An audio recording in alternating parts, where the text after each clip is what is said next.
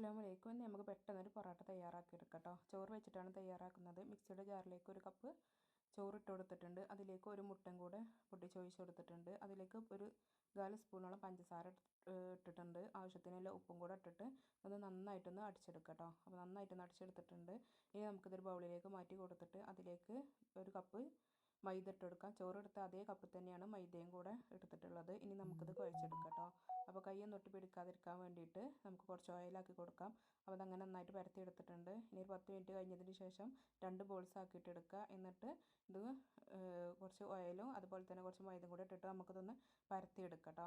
പരത്തി എടുത്തിട്ടുണ്ട്. ഇനി നമുക്കിത് ചെറുതായിട്ടൊന്ന് റോൾ ചെയ്തെടുക്കാം. ഇനി നമുക്ക് ആവശ്യത്തിനനുസരിച്ച് നമ്മൾ എത്രയാണ് പൊറോട്ട വലിപ്പം വേണ്ടത് അതിനനുസരിച്ചൊന്ന് കട്ട് ചെയ്തിട്ട് എടുക്കുക. എന്നിട്ട് കൈ വെച്ചിട്ട് ഇങ്ങനെ പരത്തി കൊടുക്കുക.